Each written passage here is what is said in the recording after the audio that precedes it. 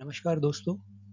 आज हम भारतीय दंड संहिता की धारा 166 के बारे में समझते हैं, जो कि सबसे अधिक शक्तिशाली है, विशेषकर तब जबकि सरकारी कर्मचारी किसी भूल, त्रुटि या अपराध का दोषी है।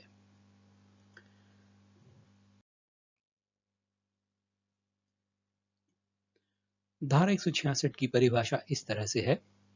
आप देख रहे हैं जिन शब्दों को मैंने बोल्ड, ब्लू और रेड में दिखाया गया है, उनका विशेष महत्व है। यह धारा कहती है एनी पब्लिक सर्वेंट, मतलब सभी स्तर का कोई भी शासकीय कर्मचारी इसके सीमा के अंदर आता है। जानबूझकर कोई भी नियम का पालन करता है, निर्देशों का अनुपालन नहीं करता है और जानबूझकर ऐसा कार्य करता है जिसमें उसकी भावना हो कि दूसरे व्यक्ति को उससे नुकसान पहुंचे।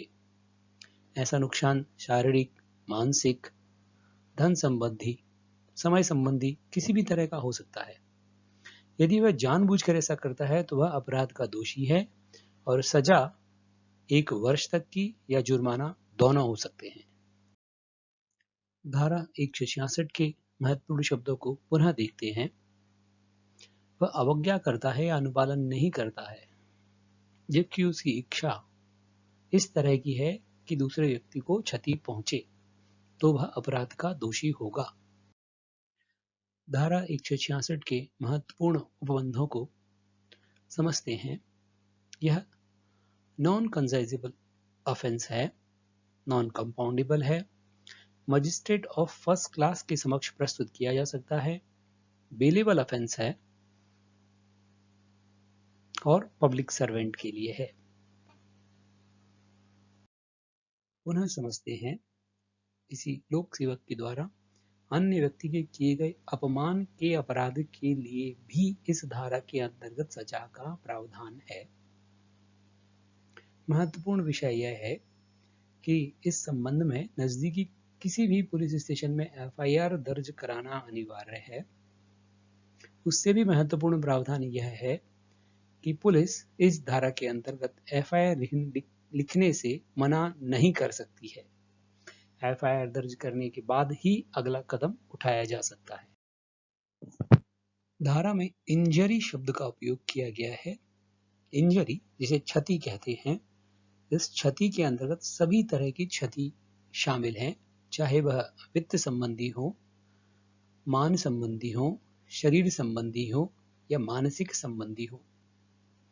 दुर्व्यवहार, अपशब्द, यह सभी इस धारा के अंतर्गत आते हैं।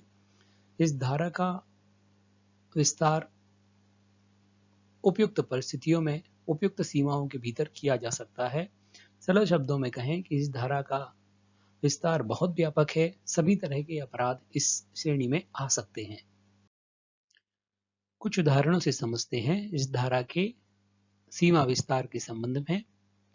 टैक्स रिफंड के लिए दायर कर सकते हैं यदि टैक्स रिफंड जारी नहीं किया जा रहा है, मांगों को नहीं हटाया जा रहा है, याचिका पर उपयुक्त समय बीतने के पश्चात भी कार्यवाही नहीं की जा रही है, जबकि आप आवेदन दे चुके हैं कि आपको कितना नुकसान हो रहा है, आपको सुनवाई का मौका नहीं दिया जाता है, व्यक्तिगत रूप से उपस्थित होने का अवसर प्रदान नहीं किया जाता है, फोन कॉल्स का उत्तर नहीं दिया जाता है।